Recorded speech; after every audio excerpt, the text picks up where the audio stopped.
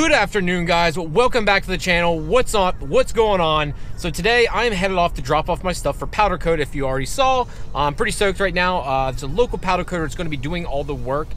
Bill Coat is the name of the company. They're a little pricier than most places, but he's handling everything from taking them apart, scuffing down the housing a little bit and grinding them down because the housings themselves are a little rough. The cast isn't perfect on them. The front half is remanufactured, so that's the half they replace. So sadly, the casting isn't perfect. The back half does look nice and smooth and good, but the front is not. So he's gonna grind it down, smooth it out, make it look nice, and then get these things powder coated this color right. Just kidding. You guys can't see quite yet. You'll see soon, I promise. You guys will get to see. I'll reveal once it's all said and done. You guys aren't gonna be disappointed. I'm pretty happy with the color I chose.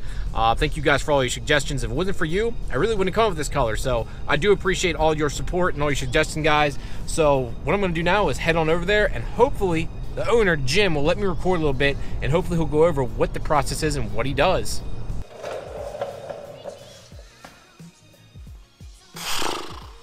Fuck me. So I go to drop off the calipers, right? Great, grand. Go to meet the powder coater, super nice guy, has a huge shop and a real powder coating shop. They do large scale items, as you can tell. Like, he's in there, it's his massive shop. Cool. Guy's very cool about it too. Does custom colors, he's all about it. Put the calipers in there, he says pull it back. I show it to him and he goes, hold on, what's up with the casting?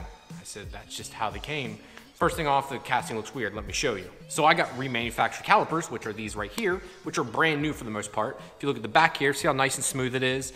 Great. The front is rough as hell, very rough and nicked up in some spots, like a chunks out of them, just very, well, shitty. And if you guys can see, can you even see all this? I mean, it's bad, it's real bad. I'm like, oh, can you guys clean it up? He said, sure, but it's gonna be around 400 bucks. He's like, that's a lot of man hours to do two things. He's like, and they have to be perfect. He said, any little nick mark, he said, you're gonna see it. He said, honestly, he's just not worth it. He's like, I don't even wanna charge you for it. He's like, because you're just gonna be upset with how much it's gonna cost. And then, you know, you're never gonna be able to make money on them if you ever go to sell them. I said, true, good point. So I'm pretty much fucked until I find a pair of USDM TT Super brakes. Yippee. So that's my next thing to find now, guys. One of those things, it is what it is, but yeah, that kind of sucks. So now I got to return these to Parts Geek, and yeah, don't buy these unless you don't care about what they look like or you plan on sanding them and spending hours yourself, which I just don't have the time nor the patience to do it. So gonna find me some USDM ones, find a rebuild kit, and just rebuild the fuckers and go from there. But with that all being said, my rebuild kit came from my turbo, so that's a bit of a positive here. So take it for what it is. So got this, so I'll put the turbo back together, hopefully put that back in the car, as you guys saw in the last video. I'm not really sure what's wrong. I'm hoping by rebuilding this, it won't have any oil issues. I found out it does have the right amount of oil in it. It has 6 quarts in it exactly. That's what I talked to other shops. They said that's what they usually put in or about. So they said that's, I mean, that shouldn't be causing me an issue. I didn't put like 7 or 8 quarts in it. They said 6 quarts, you're not gonna hurt anything, that shouldn't be doing that. So either the seals are actually going, we have a backup issue of some sort, or I really don't know. Those are the only 2 real things that be causing it to leak like that. A seal is bad somewhere, or yeah, because I mean, it's been fine for 20,000 miles. So I'm hoping the rebuild kit fixes this issue and we shouldn't have any more problems. All right, guys, so I started to get a shower and do a little change here and also grab an ice cold Keystone, baby. Gotta have one of them. So drinking a beer, and we're gonna go ahead and rebuild this turbo here real quick. But I got the kit in, and the first things first, one thing I always do is get my dial caliper out and take the new bearing. And it is, let's make sure I got it on there perfectly, about 0.951. The old one was, let's see, right there it is, 0.952, so pretty much the same darn thing. So the new bearings are good, should be good to go.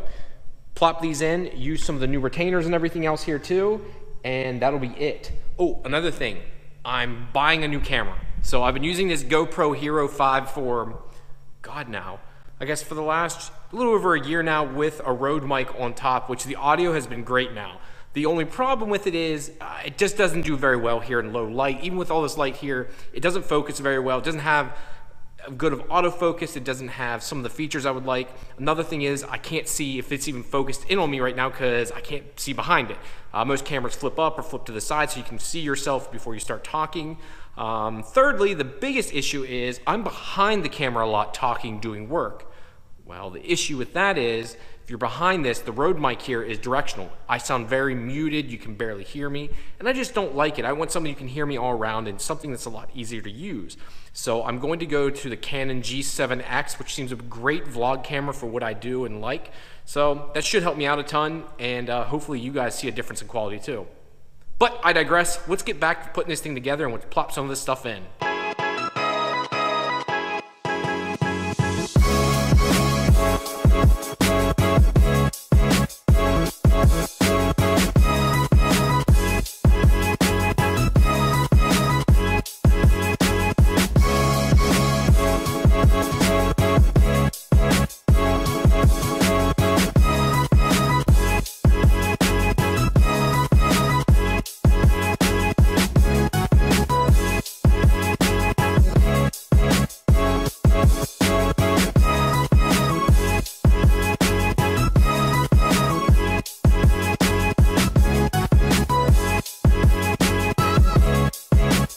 Alright guys, it's daylight now. I had to do another costume change here, as I call it.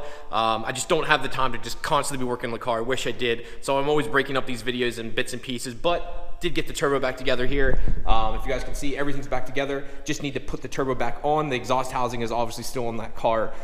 Put a new O-ring in the flange here. It's a PRL style drain flange, and I think the O-ring was just shot. So I put a slightly thicker O-ring in it. Hopefully it holds, because to get it back off, I have to do everything I just did, which obviously you saw, not fun at all. So hopefully that works. If not, then we'll take it back off. I'm hoping this fixes the issue. God, I hope it does, because that was not fun at all. So let's go throw this on the car and bolt everything back up. All right guys, so I was trying to put the turbo on and it just wouldn't clamp down, and the rear exhaust housing kept like binding up and the wheel wouldn't spin. I was checking, I'm like, what the fuck is going on? So if you guys didn't know, the T4 flange on a BorgWarner S366, or all the 300 series really, the flange itself is oversized. So it sticks out past a normal T4 flange, which is usually okay. The problem with that is though, is this. So my dash 10 fitting here, and in the past it's rubbed, but if you can see here, it was hitting and rubbing. So what most people do, and I never did, I've just been lucky and smashed the fitting down in the past, they grind it down or they smooth it out. So what I did was, if you guys can see here, I went ahead and took a grinder here. What kind of English do I have today? I took a Dremel, I should say too, and just ground down that area it was hitting, smoothed it out, and made it flush with the actual T4 flange, and now it doesn't hit and everything lines up. So I just want to give you guys that little tidbit too, as I put the rest of the turbo back on here and bolt everything up. Just wanted to give you guys that information just for, well, your sake, and in case you have to deal with an S366 or any 300 series turbo, just like I had to. All right guys, so I got the turbo back on here now. Everything's good, and if you can see, no noise. It took me a little bit. I was trying to record putting it on. Unfortunately, I had some issues I ran into. One, again, was the housing being oversized was giving me some problems. So I had to grind it down a little bit, put the bolts back in, and everything's good. The only thing I need to do now is reconnect the MAC valve for the boost controller and put the intercooler piping back on, and I could start the car. Well, technically I could start it right now. It wouldn't hurt anything, but I'd like to put all that stuff on first. But I think that's gonna be it. Everything's back together, everything's good, so we're good to go, and I'm happy. One other thing, guys, look who showed up here. We got more friends over. We can go follow Dylan here for me too real quick. He's got this sexy ass FD RX-7 single turbo. Look at this bitch. Same turbo as me, S366. It is, what year is this? 93. It's a 93, which I always forget. So we got a 93 FD RX-7 in here today. I let him pull it in the garage because can't let our children sit outside. It's too cold. You know, if you're cold, they're cold. You got to bring them inside. So let him park that in the garage, but we're done for the day. Now we're gonna move over to rolling the fenders on the MR2, but we're gonna make that another video. All right guys, if you do me a favor, go check out the Facebook and Instagram down below. I'm always posting stuff way ahead of time. Also, if you can do me a favor, go check out my tags I just had made by Motoloot. If you want an ice cold Keystone, baby, you know you want one. So thank you guys very much. I'll talk to you later.